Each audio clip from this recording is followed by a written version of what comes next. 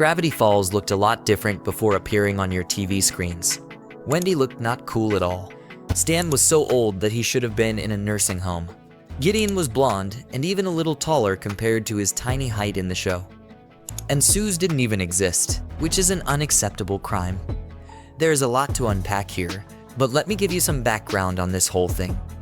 2 years before Gravity Falls became a real show, there was a test episode. It never aired because it was exclusively made for the eyes of Disney bosses. It was to give them an idea of what Gravity Falls would be like. In this video, I'll go through each and every relevant scene to talk about all the differences this pilot episode has compared to the real episode. We will try to figure out what was going on in the mind of Alex Hirsch and what he thought Gravity Falls would look like before new ideas came to his mind. Let's begin with the opening sequence. Summer break. A time for leisure, recreation, and taking a read. Right off the bat, you can tell the art style is a lot different. The sequence uses a lot more still images, probably because of the lack of budget in these initial phases of development. This is probably a good time to tell you that Alex Hirsch was not digging the style at all, so later on he personally hired his own team and redid everything from scratch after getting the money to make the show. Unless you're me.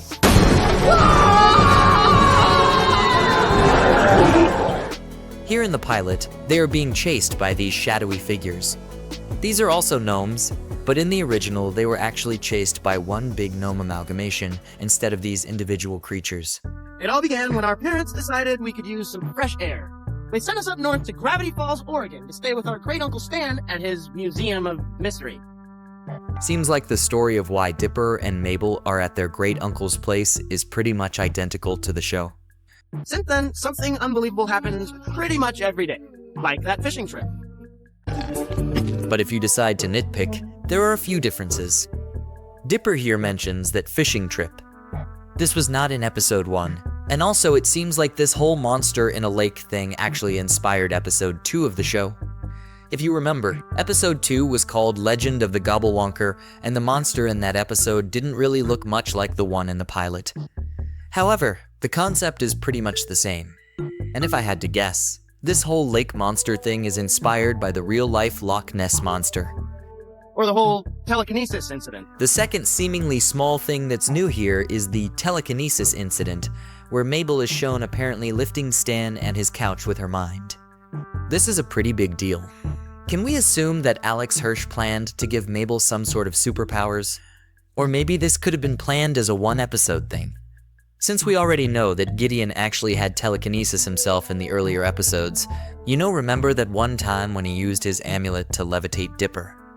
But that whole telekinesis thing pretty much ended when Mabel broke the amulet at the end of the episode. So if I have to guess, maybe this telekinesis incident was supposed to come from some shiny thing Mabel had found.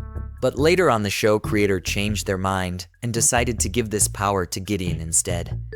With that said, let's get back to the pilot. This particular story happened just a few days ago. Kids! We're sleeping! Kids! We're dead! This is also different from the show. This kind of character introduction is a little too much on the nose for my liking.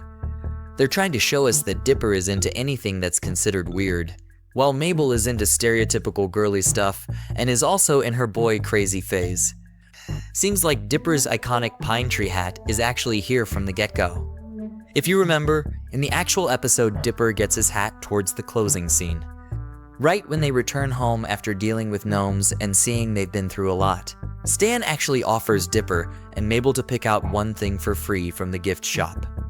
Dipper picks out this hat, while Mabel picks out a freaking grappling hook. Back to the video, but before I play this, let me warn you to brace yourself. You are not ready to see Stan. Damn, that's old.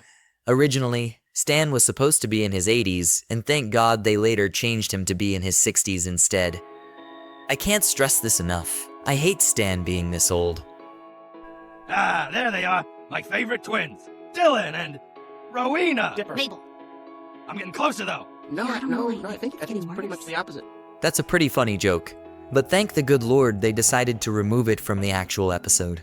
As you can see, Not only did they plan Stan to be super old, but he was also supposed to have some sort of dementia. The show was supposed to have running jokes about Stan forgetting the names of his own nephews. And that's not it, there are plenty of other running gags of Stan being old that are seen later on. As you kids know, my mystery shack is home to the world's strangest roadside befuddlements. The Sasquatch, the Unicat, the... whatever that thing is. This Mystery Shack overview is pretty weak overall. The real episode did it way better with Stan showing the tourists around the place. But now, behold! Scale model of London Bridge, built entirely from Freezy Pops. This whole Stan building a London Bridge from popsicles is also not in the real episode. Okay, this is a good time to point out that Dipper and Mabel are looking a bit different, but not that different. In my opinion, Dipper's hairstyle looks a little too weird with these weird spiky hairs on the back of his head. He is also missing his iconic vest that he wears all the time. But the rest of it all is pretty much the same. As for Mabel, I actually somewhat prefer this version of Mabel. She looks a lot more like Mabel than the actual Mabel, if that makes sense. And her hair is also a bit longer. Back to the video now. It's indestructible. You kids want to eat 200 Freezy Pops? Yes! Alright, here's a good one. What is a ghost's favorite ice cream flavor? This whole scene about what's a ghost's favorite ice cream flavor is actually part of a bigger thing. You will find out more later on. Blueberry! It's obviously blueberry. How's about corpse melons? Blueberry! I'm thinking cookies and scream. So just keep these two answers of Dipper and Mabel in the back of your mind. Dipper's answer to the ghost's favorite ice cream question is cookies and screams, while Mabel's answer is blueberries, which is a lot simpler. And the answer is... oh, it's weird. It's blank. Black stick, that's a bad omen. Watch, something terrible will happen. In 3, 2, 1. You know, like a telephone will ring. He's here! There we go. Oh, this is... who's here? Well, time to spill the beans. This joke is pretty corny, and I love it. It also made the cut in the original episode. I'm seeing someone. Oh, wait, you've only been in town for a week and you already have a boyfriend? What can I say? I guess I'm just irresistible. Coming! This didn't sound good. Mabel's romances always ended in disaster. Like the time she fell for the guy on the $10 bill, or her crush on the mattress prince. Seems like the Mattress King was not an afterthought. The guy was in the mind of Alex Hirsch when he envisioned Gravity Falls. That's the level of importance even Suze was not afforded. We will talk more about that later. Hey guys! I want to introduce you to somebody. So, what's your name? Normal. Man! Let's take a look at this normal man over here. He definitely seems a lot cooler and more zombie-like than the original Norman. The main difference is just the shape of his face and the eyeliner thing under his eyes. But overall, Norman is pretty much the same. He means Norman. Are you bleeding, Norman? It's jam! Don't wait up! Uncle Stan, did Mabel's boyfriend look weird to you? Yeah, teenagers all look like that. Trust me, I've been in the mystery business since you were in diapers. Don't you wear diapers? Please, please. They're called grampers. I hate this diaper joke. Glad they cut it out in the original. This is just a little bit too weird and sad for my liking. Oh, come on. Yep. Glad they ditched this version of Stan, and fun fact, they later on transferred most of the ideas for this older version of Stan and actually turned them into Mayor Befufflefumter. And I'm sure you can definitely see the similarities. To take my mind off my sister's creepy boyfriend, I decided to enjoy some light reading. The journal is completely different. Instead of being called Journal 3, this one is called Dr. Crackerpot Book of the Damned. The name is pretty spooky, but if you ask me, the journal design is better. Known for their open wounds and poor motor skills, these creatures are often mistaken for teenagers? I dig the gothic old mystery style. But that's probably because the plotline for the 3 journals has not yet been established. Since it's called Dr. Crackerpot Book of the Damned, I'm pretty certain there were not yet any plans for the whole tale of 2 Stan's plotline. Stanford Pines might not have yet existed in this version. And if Stanford didn't exist, maybe there was no plan for a twin brother of Stan. That's a huge deal. This means the whole twist of Stan taking the identity of his more intelligent brother was something added later on. More shockingly, if Stanford never existed, this also means that there were no plans for Bill Cipher. I mean, what would we have done if Bill never existed? If you ask me, the show would have been a lot more forgettable. There is no way that Gravity Falls would have this much of a fan following without Bill Cipher as the main villain. Just imagine Gideon as the main villain. He does not have that kind of evil in him. Gideon can't compete with Bill Cipher at all. Bill is probably the most powerful, most psychotic, most evil, and definitely the funniest and scariest villain in all of children's cartoons. The only one I can think of that even comes close to Bill is that him guy from Powerpuff Girls, and even he is no match for Bill. But all of this actually makes a lot of sense, since Alex Hirsch mentioned in his Gravity Falls commentary that Bill Cipher was initially planned as a minor side character that would annoy the Pines family here and there. However, Bill's ties to the show's lore and so many recurring cameos after season 1 led to him becoming the main antagonist. Since we are talking about the earlier version of Bill, we also know that he was originally conceived as more of a neutral trickster. But over time, they transformed Bill into the chaotic and malevolent figure we all fear. This was a pretty drastic change, and since he was evil and powerful, he became the ultimate villain in the story.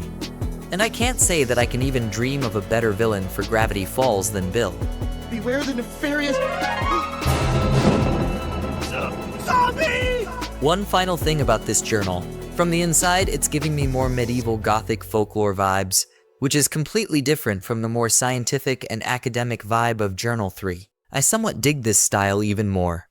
It's even written in German, which means in this version Dipper can actually read German. Also, this weird drawing in this journal is actually a reference to the Jersey Devil. In the real world, it's a creature that was reported to be seen in South Jersey, and it's part of the area's folklore. Many people have claimed to have seen this devil in real life, and some people even made sketches of what they saw. In fact, this particular drawing is actually more than 100 years old. It was published back in 1909 in an illustration in the Evening Bulletin, Philadelphia, which was the most widely read newspaper in the area. And there are actually a lot of theories surrounding the Jersey Devil to this day, but we have a lot to cover, so I'll move on. Zombie! Was it possible? My sister dating the living dead? I had to be sure. In the original, the scene is supposed to be Dipper asking Suze for advice about what to do about Norman since he seems like a zombie. Suze advises him that he should look for proof before making this kind of accusation, or else people will think of him as crazy. So Dipper takes out his camera and spies on Mabel and Norman. However, in this pilot, Suze is nowhere to be seen, so Dipper actually comes to the conclusion of collecting evidence all on his own. The rest of it all is pretty much the same. Dipper follows Norman and Mabel around the whole day, and he finds nothing out of the ordinary, apart from all the weird zombie-like behavior from Norman. And that is enough to convince Dipper that Norman is in fact a zombie. I'd seen enough. So he runs to confront Mabel about this. Just a side note, take another look at this pilot-specific scene of Mabel replacing the portrait of Alexander Hamilton from the dollar with the portrait of Norman. This is a way of showing that Mabel has fallen in love with a new person. Because in the pilot, Dipper mentions that one time when Mabel developed a huge crush on the guy printed on the $10 bill. Anyway, back to the topic. We can see Dipper stressing that Norman is a zombie. This angers Mabel, and she tells Dipper to stop with his weird conspiracies and that there is nothing wrong with her first boyfriend, Norman. Mabel then goes on a date with Norman wearing this kitty sweater, which is also in both the pilot episode and also in the official episode 1. On the other hand, Dipper actually goes back and starts doubting himself. He thinks maybe Norman is actually a human who is just a little weird since he has no evidence on him. But just when he is about to give up, everything changes when Dipper takes a look at the footage and finds Norman putting his hand back together. Now Dipper has actual evidence to support his theory that Norman is a zombie. He is not happy about it. Instead, he is extremely worried about the fate of his twin sister's brain since zombies like eating brains a lot. So Dipper runs to save Mabel before it's too late. In the pilot version, he gets the keys to the golf cart from Stan. I need to borrow your golf cart so I can save my sister from a zombie! Try not to hit any pedestrians. But if you remember the actual episode, it's actually Wendy who gives Dipper the keys to the golf cart, which is much better since Wendy is the coolest person around, and letting Dipper drive even though he is underage is totally in line with Wendy's character. Weirdly enough, it's also in line with Stan's character since he is definitely not a responsible adult by any stretch of the imagination. So I think this difference is pretty minor overall, except for the absence of Wendy till now. Mabel, now that we've gotten to know each other, there's something I should tell you. Oh, Norman, you can tell me anything. Meanwhile, Norman has something to confess to Mabel. Just keep an open mind. Be cool.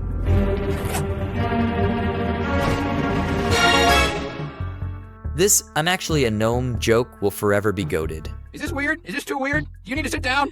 This is like peak subversion of expectations. I mean, as the audience we thought Norman might be a zombie. Dipper definitely thought he was a zombie. And as for Mabel, she wished him to be a vampire. And in the end, what do we get? Freaking gnomes of all things. It's so out of left field, and I love it so much. Also, Shamabulak is also present in the pilot, and just remember that since he is here, this means he was imagined to be a Gravity Falls character before Suze. I'm a girl and you're gnomes, and it's like, what? Yikes. Anyway, in both versions, the gnomes decide to nab Mabel to make her their gnome queen. We understand. We'll never forget you, Mabel. Because we're gonna kidnap you. And they pick her up to be taken to the marriage ceremony. In the pilot, Dipper actually catches up to them before they get Mabel to the cave, and the twins fight the gnomes together. But ultimately, they get defeated and both of them are presented before their elder, the Gnome Wizard King. My queen! The time has come to fulfill your destiny! This whole scene of this weird gnome wizard appearing is exclusive to the pilot. In the original, Dipper directly shows up to the gnome cave on his golf cart. There was no fighting in the original up to this point. Anyway, back to the pilot. Can you tell me something familiar about the Wizard King's voice? As it is written in the prophecy of Schmeseldorf! You got it right. He sounds exactly like Morty from Rick and Morty. Since we already know Justin Roiland created Rick and Morty, and he was personally the one to do the voice of Morty, this means he did the Morty voice years before Rick and Morty even existed. And sure enough, if you dig deep into Justin Roiland's IMDb page, there is a credit given to him as the voice behind the Gnome King. Since this pilot was created way back in 2010, this means that the iconic Morty voice was created 3 years before the first Rick and Morty episode. Seems like Gravity Falls and Rick and Morty have a much deeper connection than we previously thought.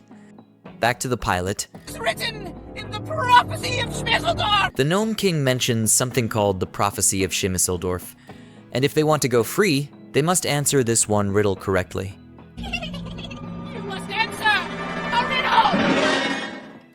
A riddle? Like a question? Sure, probably. One of those, okay. Fine! Riddle me! What is a ghost's favorite ice cream flavor? The riddle he asks is, what is the ghost's favorite ice cream flavor? Earlier in the pilot episode, we saw this question on a popsicle stick, where Dipper said cookies and screams, while Mabel said blueberries. But now the stakes are pretty high, and the twins have to come up with the real answer. Blueberry. Cookies and scream! Dipper, trust me just this once. You were wrong about Norman! So are you. Ultimately, Dipper reluctantly decides to trust his sister instead of his own judgment. Blueberry? There is some character development and a moral lesson somewhere in there. In the original version, the moral lesson is also pretty similar, as Dipper puts his complete trust in Mabel and her plan. What happened was Mabel led them to the Mystery Shack, where she got her hands on the leaf blower. She then sucks the gnome leader into the leaf blower and shoots him at the giant gnome mecha, scattering them all and defeating them in one blow. In this version, there is no fighting. All they have to do is answer the riddle. And putting his trust in Mabel, Dipper discards his own answer and instead chooses Mabel's answer. Blueberry? And it turns out that blueberries are the correct answer to the riddle. The joke is that blueberries can be said as boo berries, and ghosts say boo to scare you.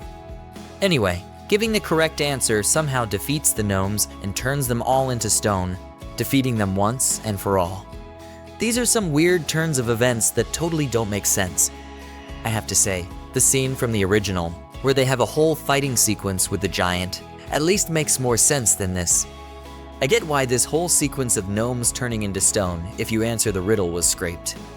One more reason might be that this pilot version permanently takes gnomes out of the picture, and gnomes are supposed to be recurring characters as we see in the show.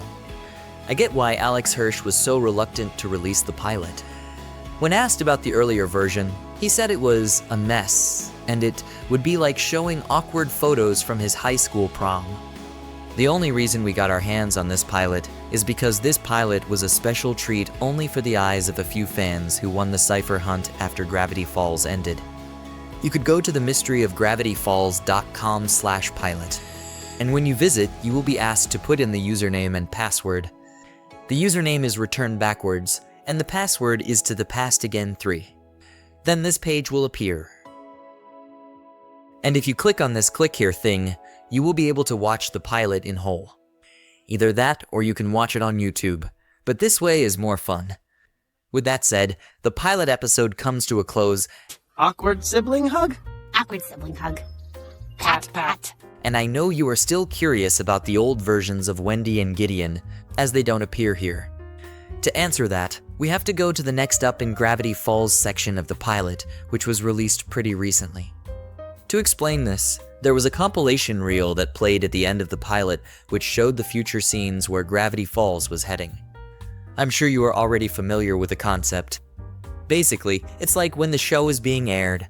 After the episode ends, they mostly give a sneak peek at the next episode. Similarly, there was the next time in Gravity Falls reel in the pilot. It was just put in there to fool the Disney bosses into thinking that the show was much more developed than it actually was. So let's get into it. Next time on Gravity Falls. I have to say, Grunkle Stan's voiceover was the perfect choice for this. And you are not ready to see how different Alex Hirsch's planned Gravity Falls to be. The kids befriend the locals. 3, 4, 5, 6. It seems like Gravity Falls was originally about exploring this weird town. Instead of Dipper and Mabel doing their own thing, as weird stuff always finds a way to get to them. But I have to say this concept of exploring the town also sounds pretty fun.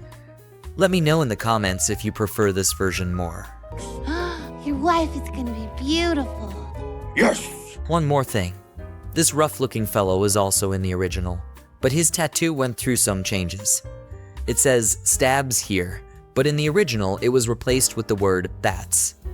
I guess the word stab was not deemed safe for children, which is understandable if you ignore all these other scenes from Gravity Falls that are also spicy. And here's the bottomless pit. They call it bottomless because...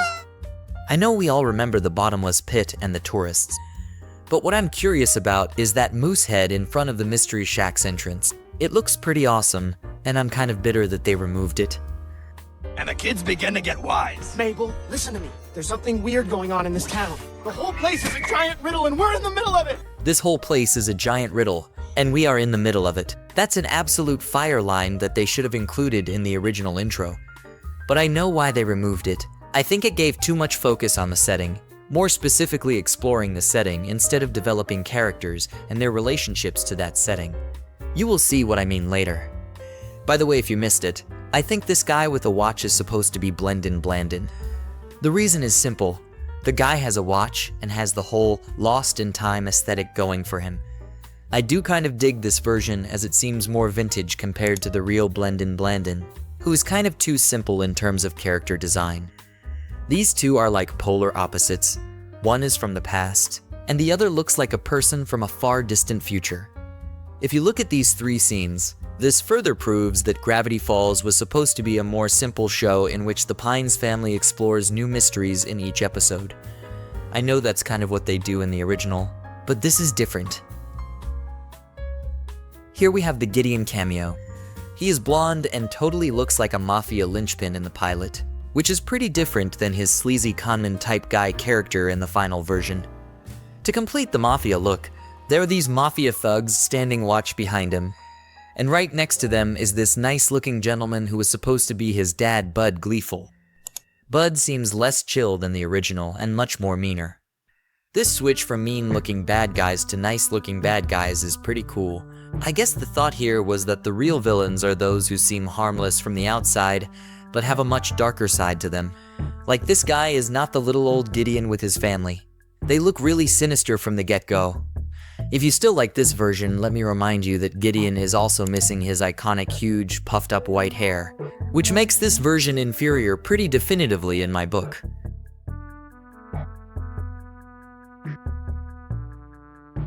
And here's what you all were waiting for.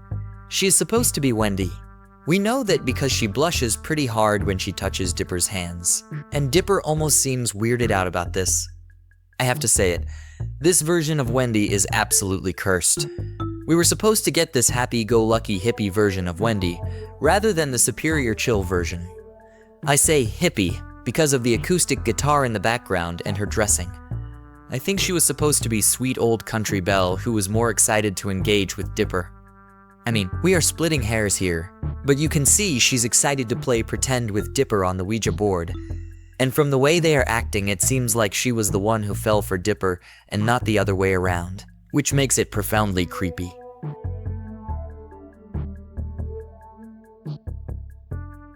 What's up with the giant hand trying to grab them? I think it would have made a banger Gravity Falls episode, but only if there's a giant body attached to this hand. Nobody likes the horrifying sweaty one-armed monstrosity scene in the Weird Mageddon episodes. Here we have an encounter with aliens, which is pretty sick.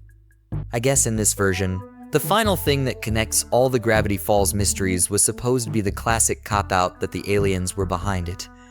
However, I think that plan was scrapped in favor of something new like interdimensional beings and the rifts between them, like we see in the original.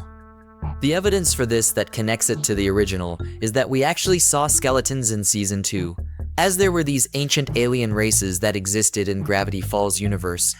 And the twist was that we found out later that they were actually pan-dimensional beings.